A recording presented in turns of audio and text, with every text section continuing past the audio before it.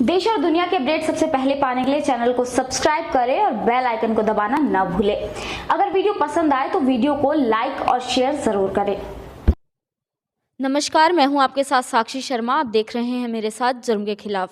आज मैं मौजूद हूं मुजफ्फरनगर की सदर विधानसभा क्षेत्र के जो हमारे पास संभावित प्रत्याशी हैं गौरव जैन जी हमारे साथ मौजूद हैं। और जैसा कि सब जानते हैं, यूपी सहित 5 राज्यों में चुनावी बिगुल बज चुका है। सभी जो राजनीतिक दल हैं वो अपनी अपनी तैयारियों के साथ चुनावी रण क्षेत्र में हैं।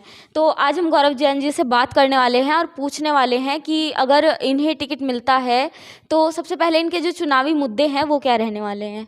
सबसे पहले स्वागत है आपका हमारे चैनल में। जो चुनाव में अगर आपको टिकट मिलता है, आप संभावित प्रत्याशी हैं, अगर आपको टिकट मिलता है तो कौन कौन से मुद्दों पे आप चुनाव लड़ने वाले हैं? देखिए, संभावित प्रत्याशी कुछ नहीं होता है।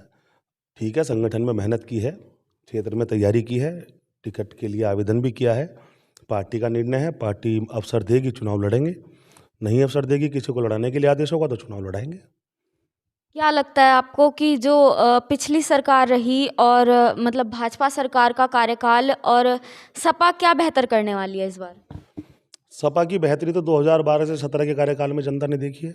किस तरह से चारों ओर हर वर्ग के लिए योजनाएं लाने का काम समाजवादी सरकार ने किया था। अखिलेश जी के नेतृत्व वाली सरकार ने नौजवानों के बारे में भी सोचा था, 18 लाख लैपटॉप लगभग बांटे थे।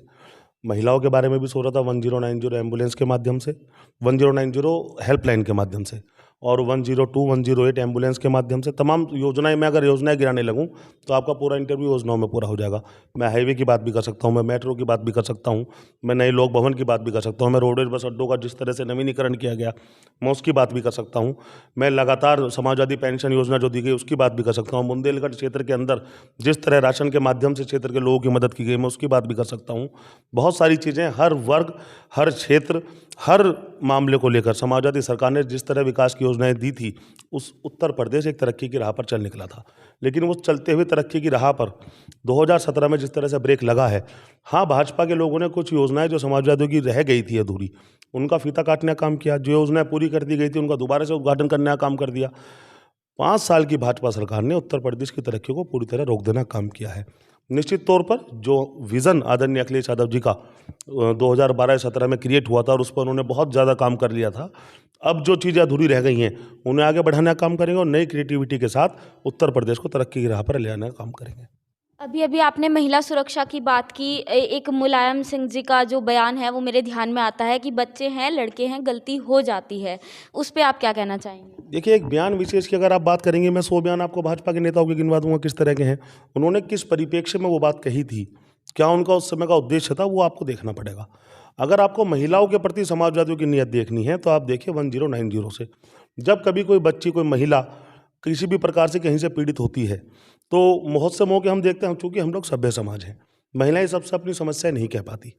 बहुत सी कुछ महिलाएं हौसला करती हैं, अपनी बात बता देती हैं, कुछ नहीं बता पाती। उनके लिए 1090 थी। आप वहाँ पर फ़ोन कीजिए, आपकी जानकारी गुप्त रखी जाएगी, आपकी बात, आपका पता, आपकी पहचान गुप्त रखी जाएगी। आप उन्हें समस्या बताइए, 24 घंटे के अंदर 1090 हेल्पलाइन के माध्यम से उन समस्याओं को सॉल्व किया गया था। वो महिलाओं के लिए थी। महिला, गरीब महिला, जब उनको प्रेगनेंसी पीरियड होता था और डिलीवरी का समय आता था, बहुत सी बार हमने देखा गरीब आदमी रेडी रिक्शाओं में ले जाने के लिए मजबूर होता था उनको अस्पताल तक। 102 108 दिया गया। फ़ोन कीजिए, महिला सहसम्मान में एम्बुलेंस में जाएगी, उसकी सकुशल डिलीवरी कराने की व्यवस्था समाजवादी सरकार में की गई थी। यूपी 100, जहाँ तमाम तरह के क्राइम पर रोकथाम समाजवादी सरकार ने उसके माध्यम से की थी, वहीं महिलाओं के लिए भी कहीं अगर कोई किसी भी तरह की हरकत हो, आप 100 नंबर पर फ़ोन मिलाइए, यूपी 100 अधिकारी 5 मिनट के अंदर मौके पर आपको मौजूद मिलेगी, आपको सुरक्षा, आपको विश्वास देने का काम करेगी। ये नियत समाजवादी सरकार की महिलाओं के प्रति है। जिस तरह से लैपटॉप दिए गए, उनसे महिलाओं को भी लाभ हुआ। एक बेटी, एक बच्ची जो जब 12वीं कक्षा कर लेती है तो गरीब माँ बाप सोचते हैं इसकी शादी करें, इसकी पढ़ाई में खर्चा करें, और वो बच्ची पढ़ना चाहती है, बढ़ना चाहती है, ऐसी बच्ची के हाथ में लैपटॉप दिया गया, ऐसी बच्ची के हाथ में कन्या विद्या धन दिया गया, आगे बढ़ने के अवसर दिए गए, रोजगार के अवसर दिए गए, पढ़ाई के अवसर दिए गए। महिलाओं के प्रति ये सोच समाजवादी के लोग रखते हैं और इसी सोच पर आने वाली सरकार बनेगी, उसमें भी काम किया जाएगा। कहीं ना कहीं व्यापारी वर्ग का कहना था कि सपा सरकार में गुंडा राज इस कदर था कि जहां वो 6 बजे अपनी दुकानें बंद करके अपने अपने घरों को जाते थे, वहीं आज वो 11-11 बजे तक अपनी दुकानों पे बैठे रहते हैं, उन्हें कोई डर नहीं है। इस पे क्या कहना चाहेंगे? देखिए, अब आपको कोई ऐसा पीड़ित व्यापारी मिला जो 6 बजे डर के दुकान बंद करके भाग जाता हो? आपको मिला 5 साल में या पिछले 5 साल में? भाजपा के नेता कार्यकर्ताओं के दिए गए जुमलों को आप इतना गंभीरता से मत लिया करें। क्राइम, मेन बात है क्राइम। क्राइम हमेशा होता रहा है। मेन बात यह है कि वो सरकार, उस सरकार का नेतृत्व उस क्राइम को रोकने के लिए कितनी गंभीरता से कदम बढ़ाता है। मैंने आपको अभी बताया 1090 भी क्राइम को रोकने के लिए थी, यूपी 100 भी क्राइम को रोकने के लिए थी, और तमाम व्यवस्थाएं, वर्ल्ड की बेस्ट व्यवस्था, पुलिसिंग व्यवस्था समाजवादी सरकार ने दी थी। 5 मिनट के अंदर आप फ़ोन कीजिए, गाड़ी आपके पास मौके पर पहुंचेगी, आपको सुरक्षा देने का काम करेगी। इस सरकार ने उस व्यवस्था को खत्म कर दिया, ध्वस्त कर दिया। कोई बजट उस व्यवस्था का खत्म करने का काम किया, कई वीडियोस आई जिसमें पुलिस वाले गाड़ियों को धक्का मारते देखे गए। एक बेस्ट व्यवस्था थी, उसको बढ़ाते रुका, उसको घटाने का काम कर दिया। चाहे व्यापारी हो, चाहे नौजवान हो, चाहे छात्र हो, चाहे एक पारिवारिक व्यक्ति हो, कोई भी हो, अगर कोई उसको सताने का काम करेगा तो यूपी 100 समाजवादियों के द्वारा दी गई व्यवस्था ऐसी व्यवस्था है कि आप फ़ोन कीजिए, तुरंत आपको उससे मदद मिलने का काम होगा। कहाँ व्यापारी चला गया 6 बजे दुकान बंद करके? आज आप भाजपा सरकार में देख लीजिए, हमारे शहर के अंदर देख लीजिए, सराफे बाजार के अंदर कितनी बड़ी चोरी हुई। सरेआम मीरापुर मोरना के अंदर एक व्यापारी को गोली मार दी गई सरेराह। नई मंडी के अंदर किस तरह व्यापारी के ऊपर हमला किया गया। लगातार कई घटनाएं हैं। एक दुख की बात यह है कि भाजपा सरकार में इन घटनाओं को गंभीरता से लेने के लिए, सुनने के लिए कोई तैयार नहीं है, कोई उनकी मदद करने के लिए तैयार नहीं है। समाजवादी सरकार में व्यवस्था इस तरह की थी कि कोई भी पीड़ित अगर होता था तो उसके लिए सुनने के लिए 24 घंटे हर आदमी तैयार रहता था, उनकी मदद करने का काम करता था। 2013 के दंगों के बाद जहां मुस्लिम और जाट दो फाड़ हो गए थे और इस बार रालोद और सपा का गठबंधन हुआ है, आपको क्या लगता है कि ये दो फाड़ दोबारा एक हो पाएंगी? क्या मुस्लिम और जाट समाज फिर से एक साथ आ रहा है? देखिए, 2013 में भाजपा के नेताओं के ऊपर मुकदमे उस दंगों को कराने के, कुछ लोगों ने अपने मुकदमे वापस लेने का भी प्रयास उसमें किया है।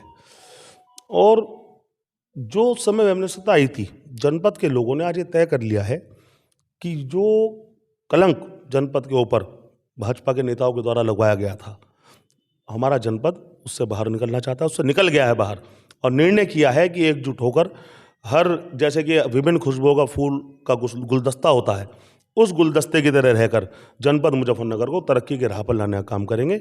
अब मुजफ्फरनगर के अंदर कोई जाति या धर्म के आधार पर बंटने के लिए तैयार नहीं है। एक गाना पिछले दिनों क्या अभी भी बड़ा वायरल हो रहा है, जो राम को लाए थे हम उनको लाएंगे, उस पर क्या कहना चाहेंगे? क्या हिंदू एक तरफ, जो बहुसंख्यक समाज है वो एक तरफ होके दोबारा योगी जी को मुख्यमंत्री के तौर पे देखना चाहता है? देखिए, वोट विकास के नाम पे होगी। चुनाव के मुद्दे होते हैं सड़क, सुरक्षा, बिजली, पानी, रोजगार, इन मुद्दों पर बात होनी चाहिए। धर्म किसी की भी व्यक्तिगत आस्था का विषय है।